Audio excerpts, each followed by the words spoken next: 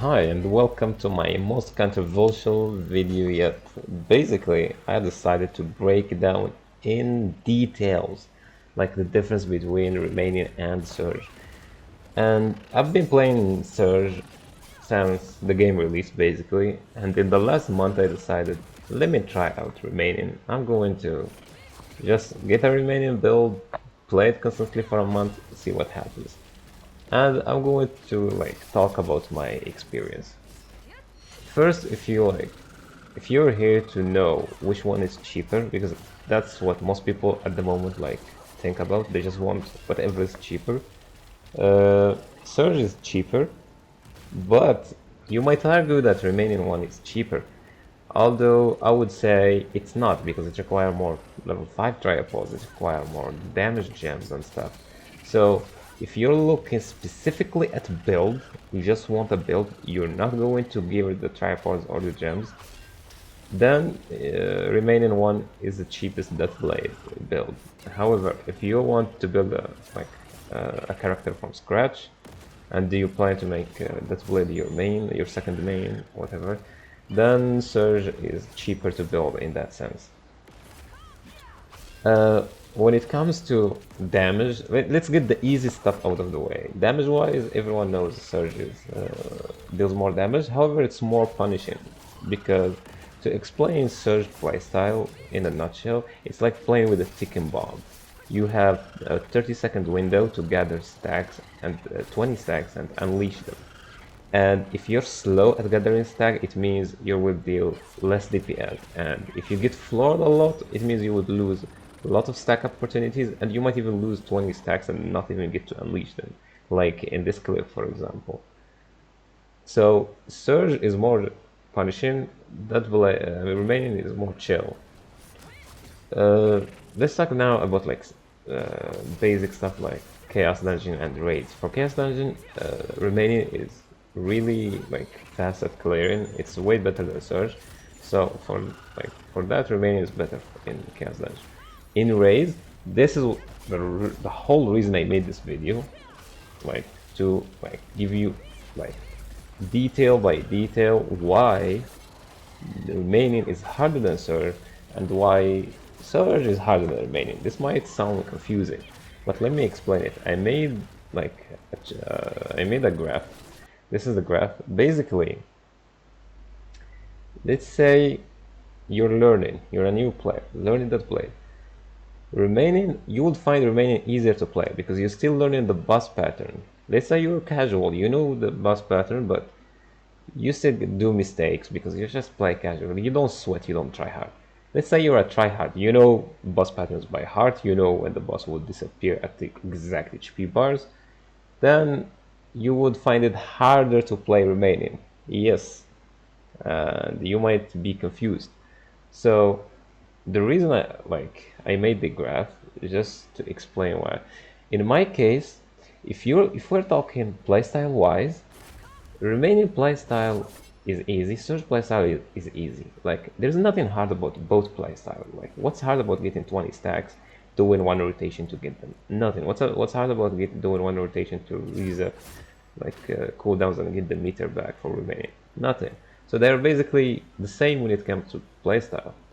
The hard part that people complain about Surge is that you have to know the exact HP bar when the boss will disappear, so you know when to Surge, when to not, when to Surge early, when to hold. That's the hard part about Surge.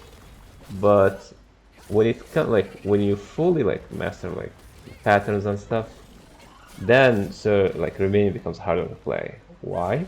Because what I consider difficult is not knowing the boss pattern. I believe that every player should know the boss pattern. Just because you play an easy class or a brain-dead ingredient does not give you the right to not know the boss pattern, to not know exactly HP bar. That's everyone should know that. It's not like, oh, only Surge players should learn what to do during this HP bar or whatever. Remaining is harder to play when you know the boss patterns, because what I consider hard is doing the most damage, out DPSing others in the raid. That's what I consider hard, doing consistent damage. Now think about it. What's easy? Remaining is consistent back attack. Surge is like a burst, so you only need to land few back attacks, not like remaining where you land to land like multiple rotations, just to match the damage of Surge.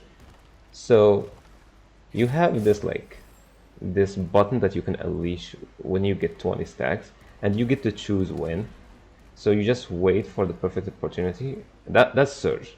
It's easy, but remaining, you have to stay under the boss and try to your best to get the highest uptime to just match the damage of others.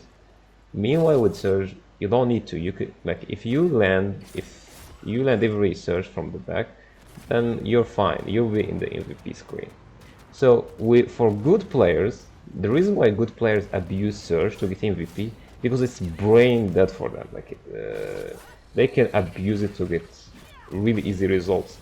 Meanwhile, with remaining, it actually requires sweating, especially against mobile bosses that moves all the time.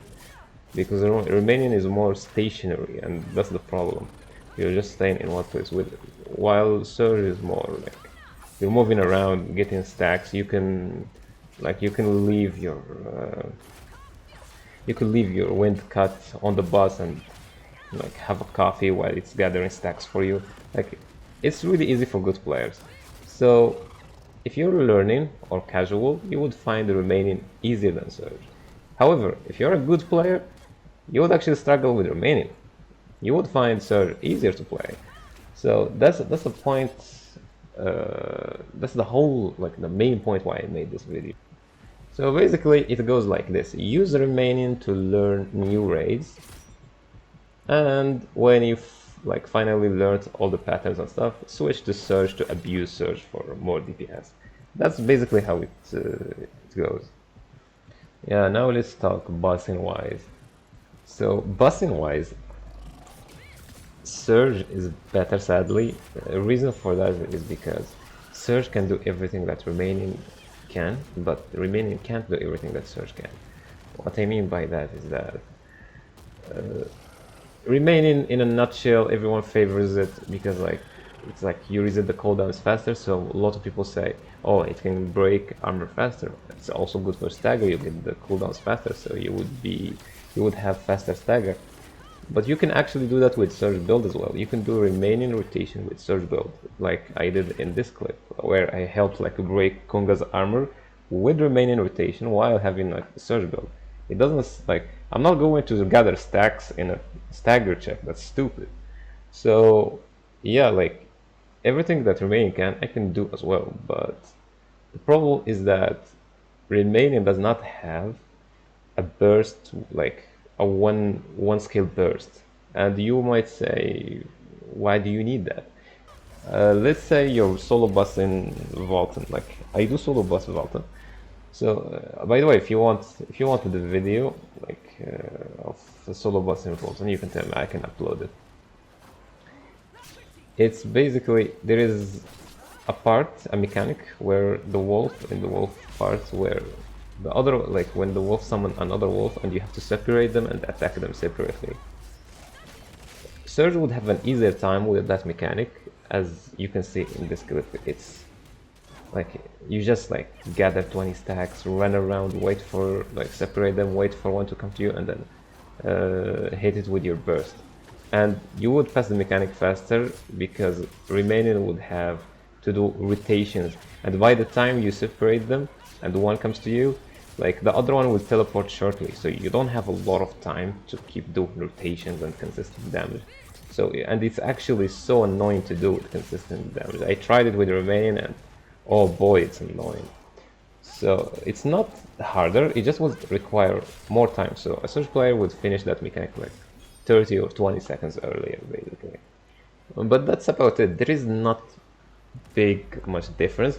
It's just that after this, I learned that I stopped having respect for MVP Surge players, basically. So now it doesn't impress me anymore. It's like expected.